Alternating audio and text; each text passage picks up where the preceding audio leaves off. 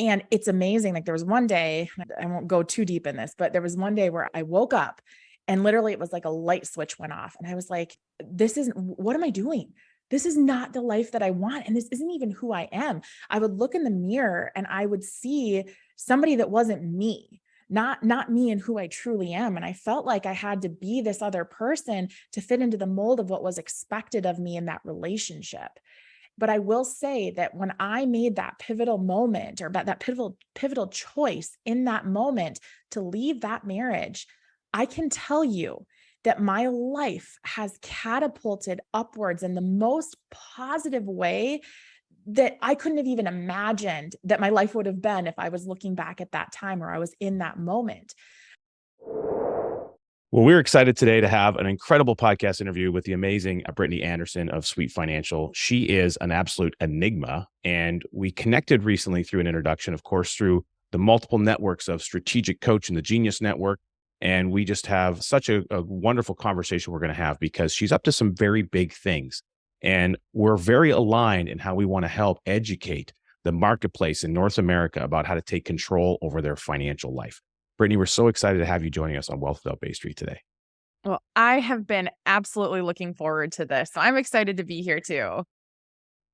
So I'd love to start maybe with walking us through your journey on how you got engaged in the financial space to begin with, and what led you down the path of getting into this type of a career, this type of a business model, and then maybe get us to the point where you're now the partnership that you have, and there's a book that's come out, that sort of thing recently, and kind of give us the tale of Brittany along the journey.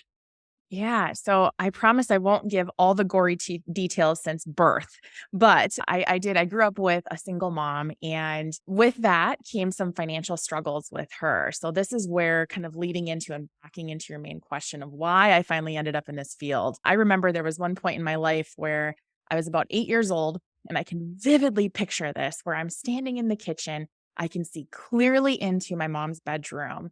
And she's got her checkbook out. She's got bills strewn all over her bed. She had tears just streaming down her face. And at that age, I knew that she didn't know if she was going to be able to keep the roof over her head, keep the lights on, and put food on the table all in the same month.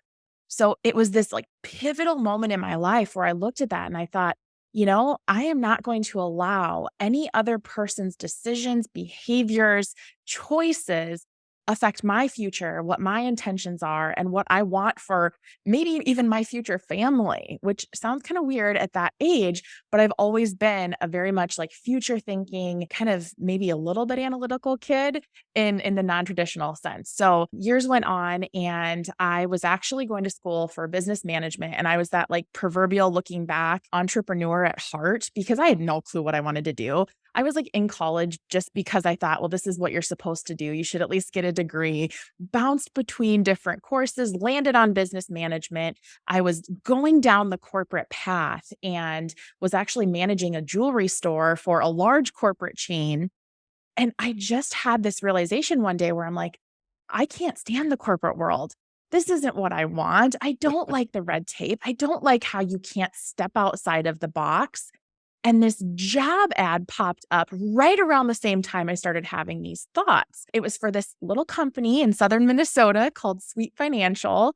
And there was something about it at the time that, reflecting back now, was absolutely the entrepreneurial nature of being able to serve people and leaning into possibility and helping people not only, build wealth and manage it down the road, but to truly create the life that they wanted. So I ended up putting in an application for this job, started in client service, realized I missed leadership. And as time went on, I leaned into, higher roles, kind of worked my way up in the company. And I'm now one of 4 partners. I actually am partnered with the founder on a couple other different businesses. I'm the current president of the firm, and we get the great pleasure of being able to help people realize their dreams every day and pursue possibility and work with people who know what it means to accumulate wealth, put that wealth to work for them in a really cool way. So that's kind of where I'm at right now and where I came from. Well, and I'll bet that you never forget where you came from. Oh, let me tell you, there are so many different circumstances that remind me where I came from. And that is so true. I will never forget it. And I think that's part of, what keeps me grounded and what keeps me focused on my own true values. I won't go down this rabbit hole too far, but I've got 3 little kids and I've got a husband, and those things are absolutely priority in my life. Regardless of how driven I am for my career, those things are the things that stand out the most.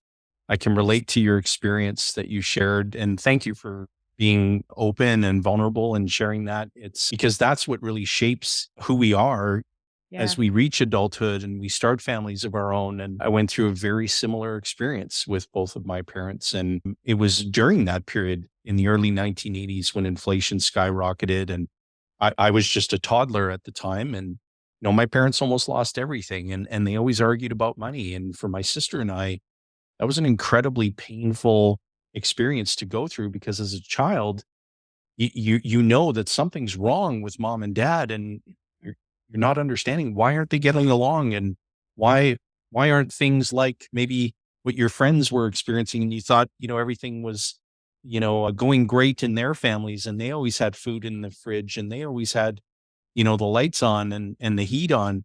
And when you go through that, that follows you, and it sharpens your I guess your resolve in wanting to be of service to other people, especially I would imagine when you're dealing with families that have young children, and maybe they're just getting started on their financial journey, and you want to help equip them to shield themselves from going through a similar experience. And so really appreciate you sharing that.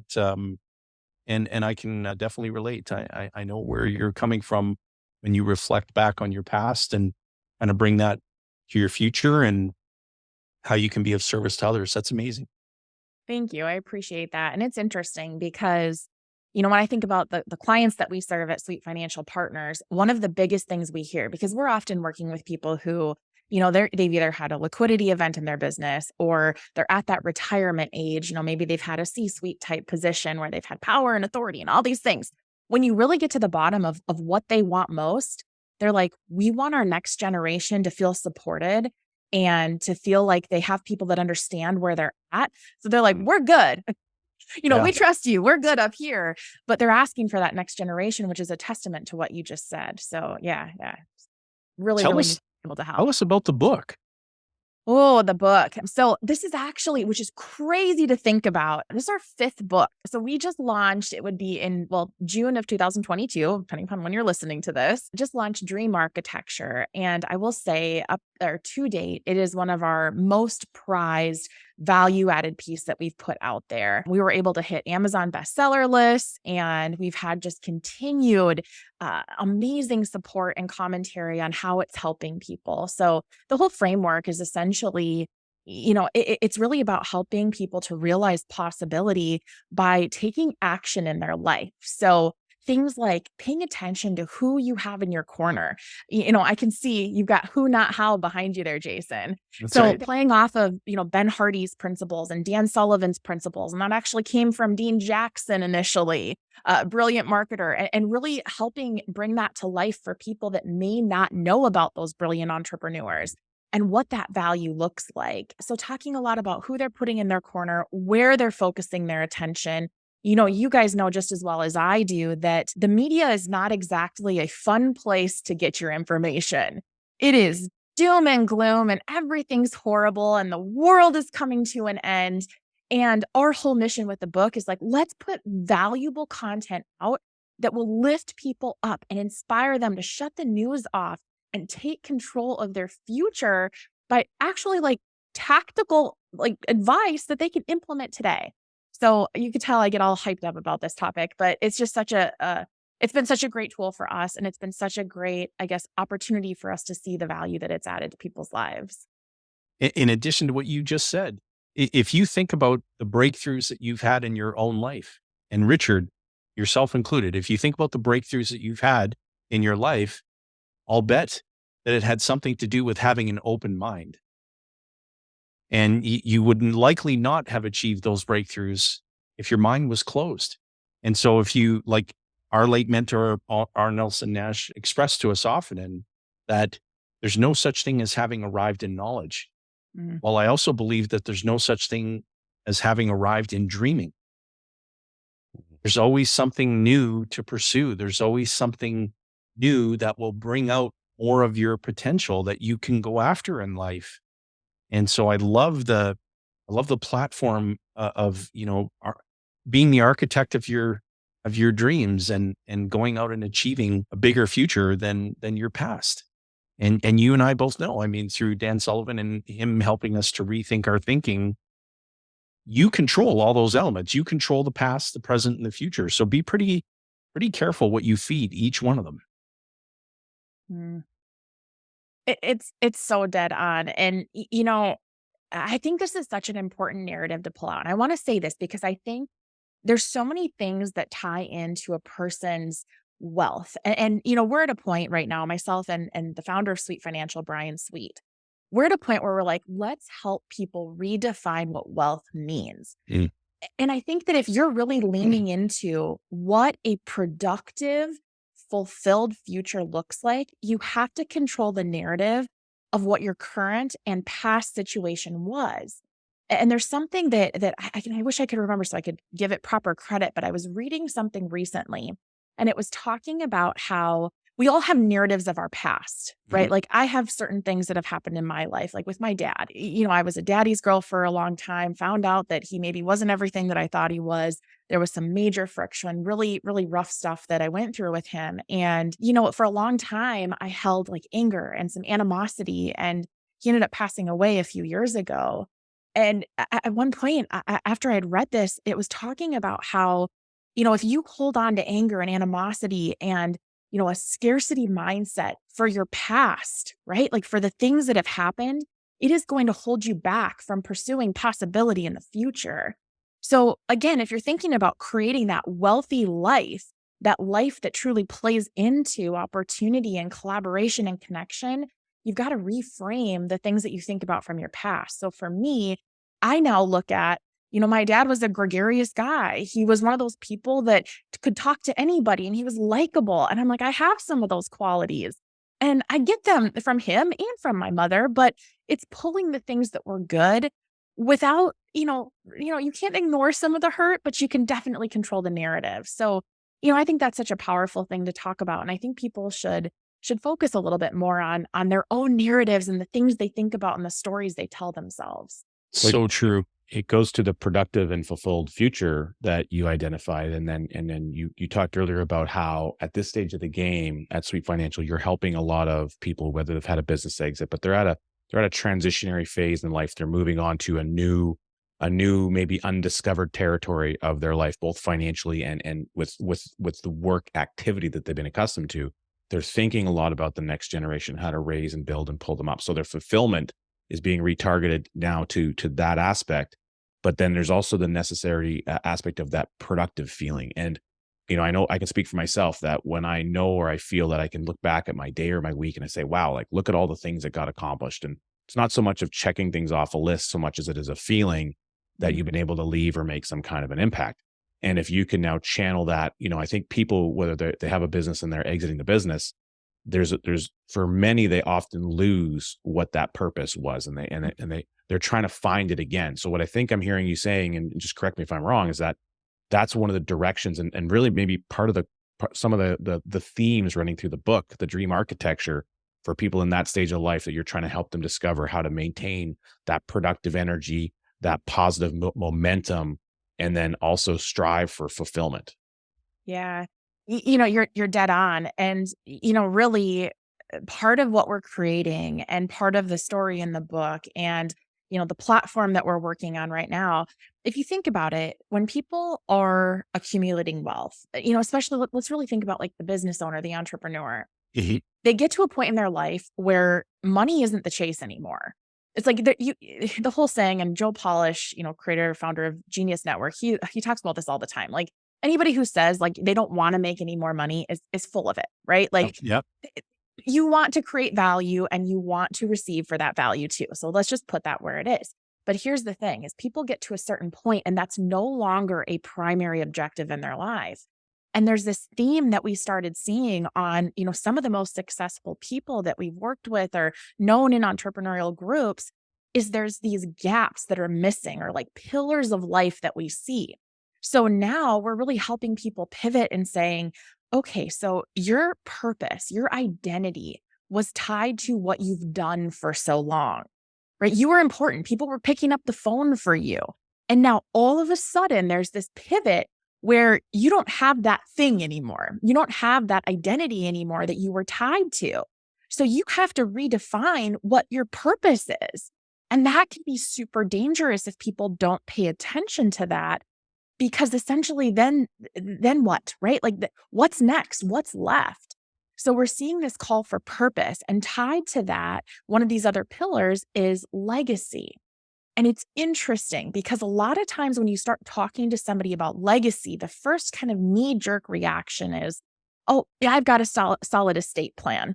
I've had some conversations with my kids. And it's like, well, that's not legacy. Like legacy is participating right now in what will be left behind when you do go. So how do you participate in your own legacy now? And then, a couple of the things that we're seeing too, it's like people crave experiences. They crave access. When they've got the money to support the life, they want to know what they've been missing out on. And then the other pillar, and I know from you guys and your work with Dan Sullivan, he's a huge proponent of this, but we're pulling in health and longevity. Because if you think about it with money, I mean, health, wealth, there are these two things that are almost becoming like synonymous in some ways.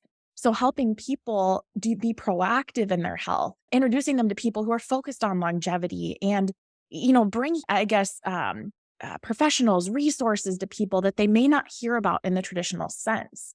So it really is this pillar of, hey, you've gotten to this point, you've created this level of success. Let's redefine what wealth means and make sure that none of these gaps are left open.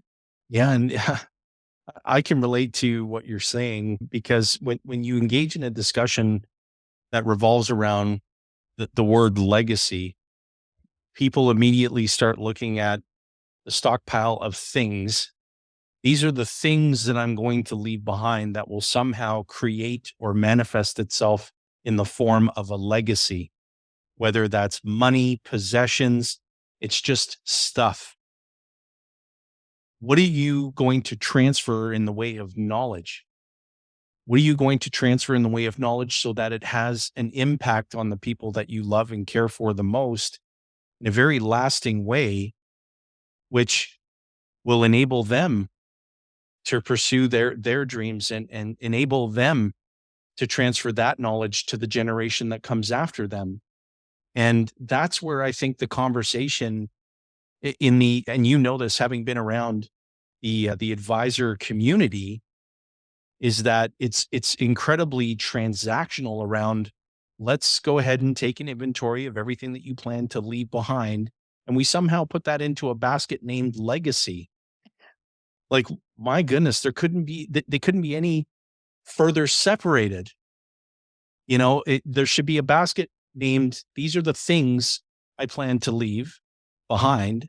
And then the basket named legacy should be filled with knowledge.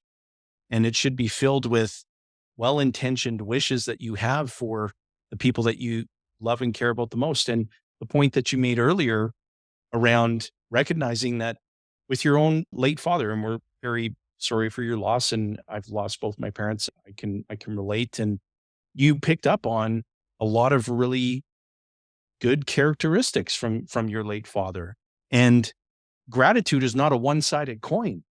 It's not, hey, you can only be grateful for the things that have gone really, really well in your life.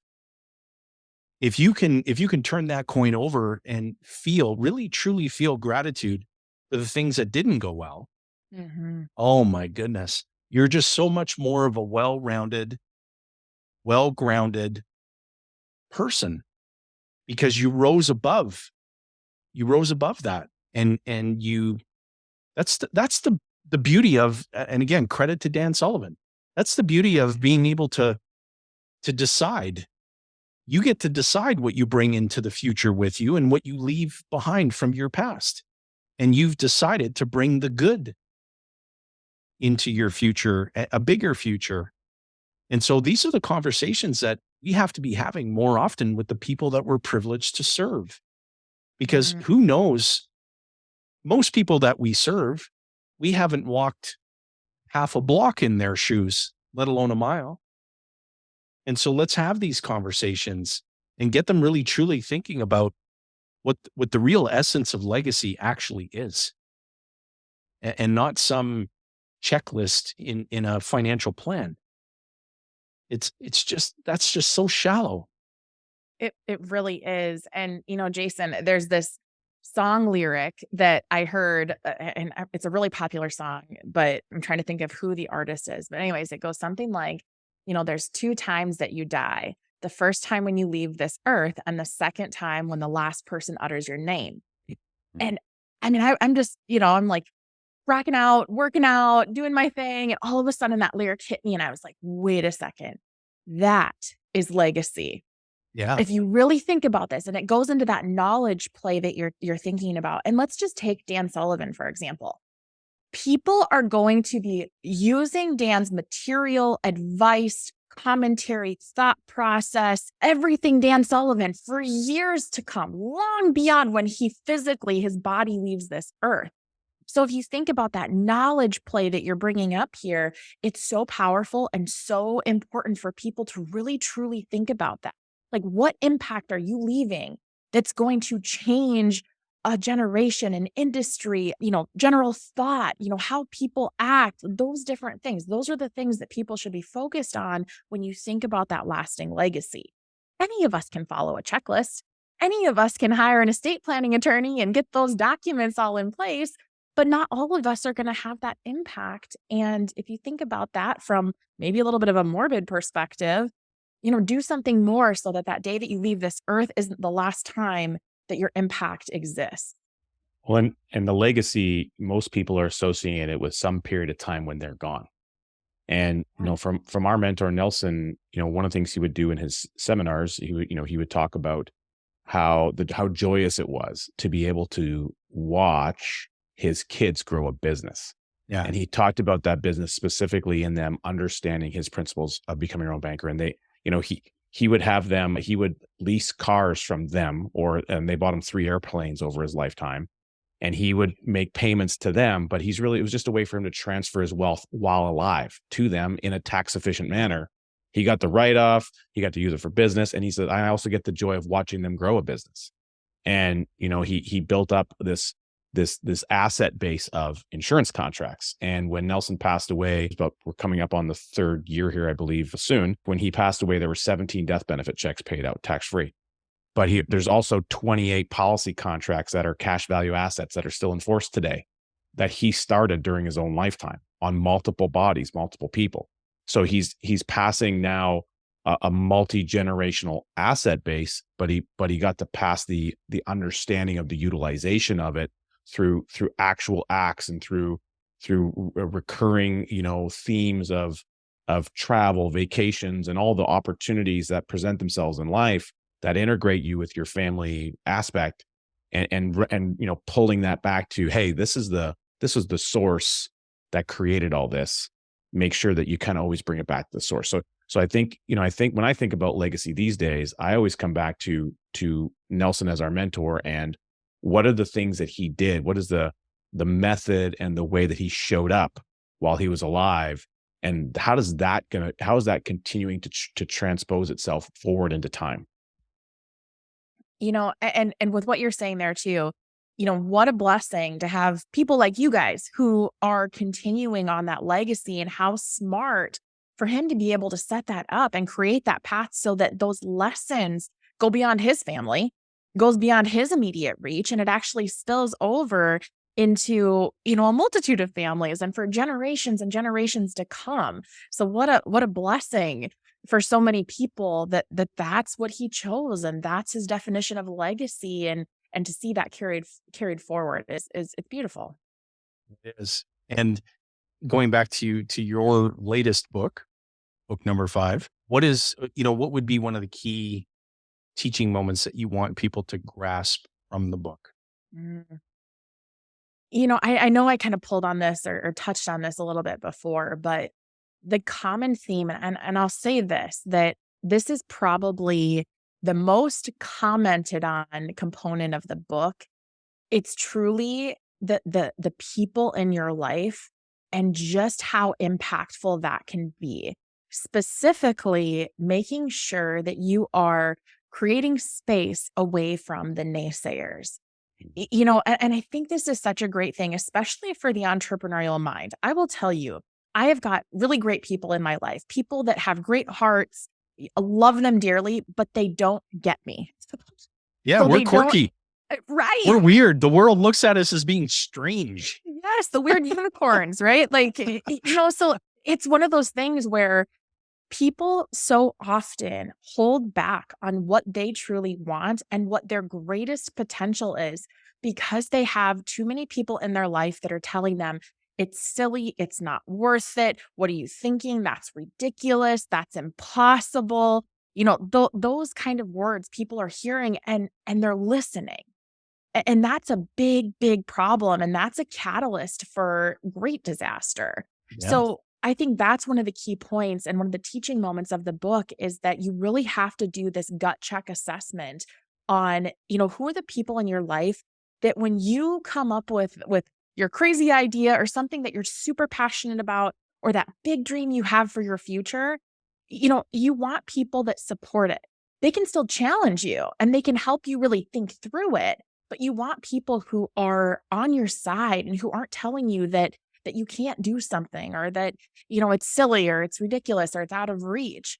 So I think that's one thing because the smartest entrepreneurs out there still battle this, right? Like it's not Oh, like yeah. you ever escape this. Yeah. We've all got people in our life that for whatever reason, we haven't decided to completely eliminate them from our lives, but you can create distance and you can create space and you can create mechanisms to help you get back on track if you start falling into the naysayers that can kind of throw you off base.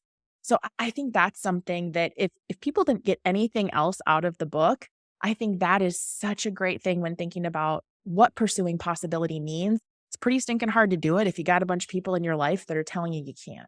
Absolutely. And I would just say that is such an important teaching moment that you just shared.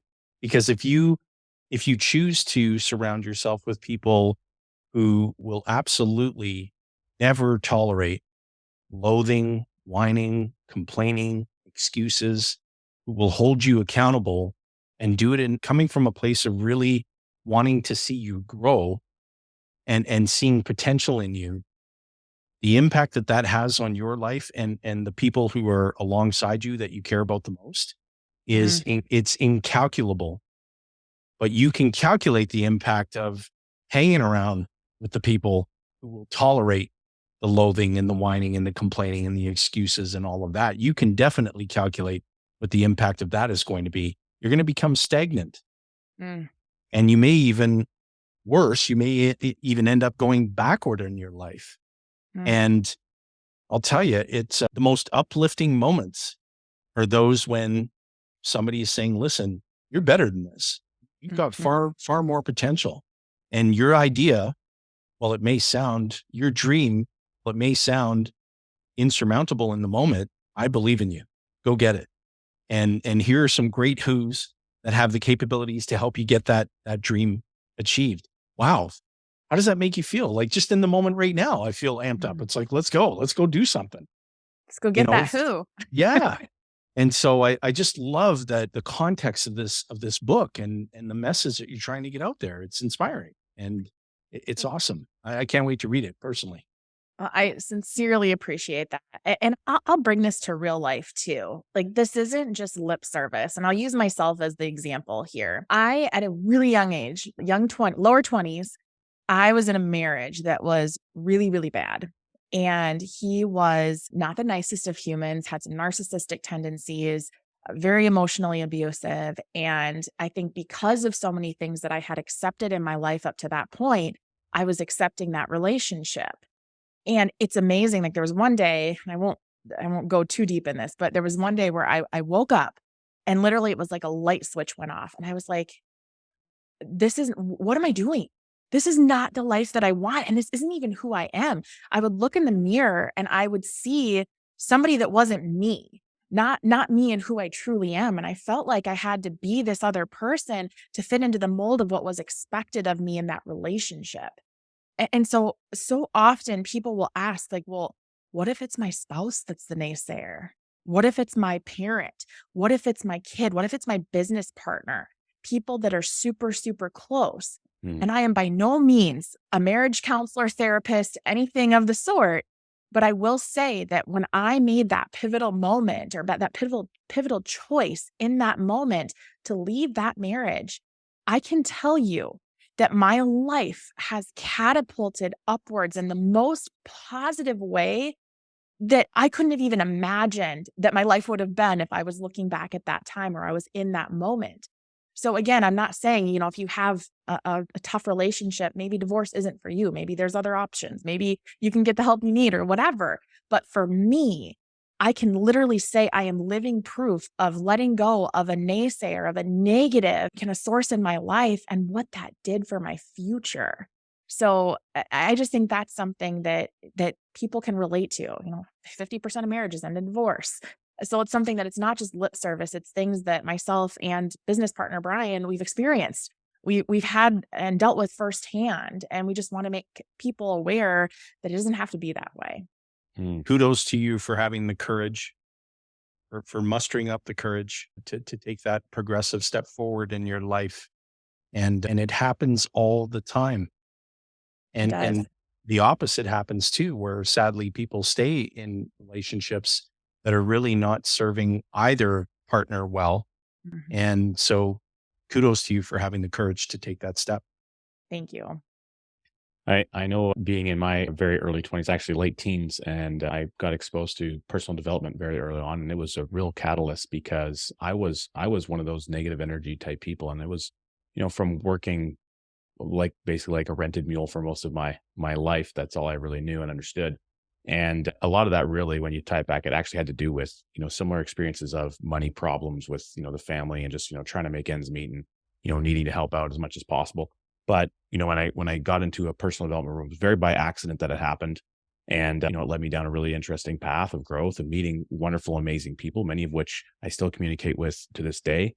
And, it really opened my eyes to the fact that you can change your outlook on the world. And it's all about how you think and think about the world. And maybe I didn't have it in those words, but the connection, was started to formulate there. And, there's points in time where we slip back into some of these moments or an old habit maybe resurfaces. But when you are surrounded by people that are, like we're talking about the strategic coach organization, the Genius Network and other associated type of groups, or you're around a team of people where the culture is in the right way that it supports and it lifts you up. Even if you have those feelings, they get pushed out of the way really quickly because of that force of nature of other people. They raise you up to whatever circumstance is happening in life. And that's a really, really important thing to recognize. And I think it was Kiyosaki that talked about that you're the makeup of the top 5 people you spend your time with. And, his focus, I think, was on the financial aspect of things. And that is true, but it's not just limited to that. It's also in the emotional and the whether it's a negativity or positivity. So again, if you took a measure of the top 5 people you spend the most time with, how does that show up in these other areas of your life? And how does it, intersect with you? And so if you want to have more positivity, if you want to have more growth thinking, more ambitious thinking, if you want to have more prosperity mindset, start to position yourself to be around people who are like that. And that's where an organization like Strategic Coach comes in, or again, the Genius Network, or, Abundance 360 with Peter Diamandis. These are organizations and people that are thinking about what the possibility of the future that they can build this year, next year, and 25 years from now and beyond. And they're setting crazy, hairy, audacious goals that by all accounts should be to some degree ludicrous, but they're not. And the reason they're not is because they have the belief and they know that even if it doesn't happen in their lifetime, if they can inspire enough people to rise to the occasion of what this thing is, it'll happen. The thing that keeps rolling through my head right now, and it's a little bit of like the science behind what you're talking about here, because you're dead on. And we actually reference that in the book, being the product of the 5 people that you spend the most time with, and how it's not just related to money, it's related to every element. But I think about, our brain is literally wired to look for things that we are putting in front of it, look for the evidence that we're telling it. So your reticular activating system, your RAS, If you're feeding it with constant opportunity and people that are achieving things that most would think impossible, and you're being intentional about exposing yourself, be it through personal development or entrepreneurial resources and groups and different things like that, all of a sudden, your brain is wired to look for additional evidence of possibility and opportunity and growth and abundance and all of that cool stuff. All day long. All day long, all day long. So while the person who's not focused on that and is thinking about, the doom and gloom of the news and the world coming to an end and recession and bad times and political stuff and, oh my gosh, that's what they're finding evidence of every day. So literally, another great takeaway, we talk about this in the book too, is like, whatever you're feeding your mind is what it is going to find evidence of. So why not put positivity, opportunity, brilliant people, people who are thinking about and creating value in ways that are, insurmountable. You can't even you can't even put a value on it, but you're surrounding yourself with those types of things. That's what you're going to find more evidence of. That's what creates a fulfilled life. And that's what creates more opportunity for you. So I just think it's such good stuff. Being the master chef of your thinking. And so when you start preparing the recipe, choose your ingredients wisely, because it's either going to taste good or it's going to taste awful. You're the master chef. You get to decide. And that analogy alone, being so ridiculously simple to commit to memory, when you find yourself maybe leaning into, we're human, we're fallible. You get up on the wrong side of the bed. Somebody says something to you that, triggers irritability or tension, and you have a choice. You have a choice. And I find myself personally, and this may sound a little corny, but I find myself personally just saying, well, wait a second. Do not allow that ingredient to get into the recipe of your thinking today. Get that ingredient out and replace it with an ingredient that's going to uplift you and going to make you feel better about the day ahead. And I'm curious, and I'm sure Richard is too, and our viewers and listeners, what's your big dream that you're pursuing right now? Oh, okay. So this is a loaded question because there's very few ideas that I find that I don't love and get excited about, but I'll say it's twofold, and it ties together, and there's a waterfall effect. So for me, when I look at the impact that we've been able to make in the wealth planning world, really being able to put these additional resources or these additional pillars that we've talked about here with the health and longevity and, opening people to purpose and legacy and redefining that and creating experiences and opening up the world to people that maybe wouldn't have otherwise been exposed. I mean, it's what gets me out of bed in the morning. It's so stinking exciting. So when I think about that dream, it's like, God, how many lives could we impact with that? And lives that could potentially be saved because they've found their purpose again, because they focused on preventative care versus reactive care, because they've now found a community of people that maybe they wouldn't have been exposed to otherwise, to be able to help lift each other up and be those positive avenues for each other. So that is a huge dream of mine, to see this come to fruition and to see the impact. I mean, it's one of those things where you have to ask yourself, like, are you doing something because you want to make money? You want to make impact? What is it? And it's one of those things that honestly, if you didn't get paid for it a single day in your life, but you still have a drive towards it, that's meaningful. So I'll say that's component number one. But number two, and this is kind of my next level project. I am constantly surrounded in groups of entrepreneurs by awesome men. And I would love to inspire more women to step into their full potential in the entrepreneurial world. And here's what I've seen happen too many times is that women will often sacrifice themselves and their own dreams and their own pursuits to be able to appease others. Yeah. So for me, I have 3 little kids. It would be really easy for me to be like, not right now. I am going to choose, my kids over my career. I see other women who they want a family and they crave it. And that's something that's on their radar, but they're like, right now I'm building my career. My whole hope and dream through all of this and through being an example to other women is to say, you can have it all. You can have it all together. It's that perfect imbalance. It's a total juggle struggle, but man, you can do it and you can have it if you live by certain principles. So that's really what the big dream is for me. And leading up to it, it's being an example to them to show them what's possible. That is awesome. Absolutely awesome. Rich, take us home, buddy. Well, today we got to experience all of the effervescence of Brittany and her excitement for her dream and the passion that she has for everything, what they've been able to accomplish with this new book and how they're helping people in so many ways. Now, you have much more to give, Brittany, and I know that you're going to give it because you've demonstrated that today. Now, you've just spoken about how you want to make this leadership format for women develop, and I'm going to venture to guess, I think I know where this is going to go, but we always think about the type of activity that you do as an entrepreneur as showing up in the world as a hero for others, even though you may not know it. And so our question for you today is, who do you most want to be a hero to? I think it goes back to what I just said, and I'm going to back into it in a little bit of a different way. I would say, number one, I want to be hero to those babies that I helped create, right? Like that is so important to me. But I want to do that by inspiring others, other women in particular, to pursue their dreams, to not put themselves on hold and to lean into their own possibility so that they can accomplish what they were put on this earth to do. So I would say that's my two-folded answer. That's incredible. Love Brittany, it. you are amazing.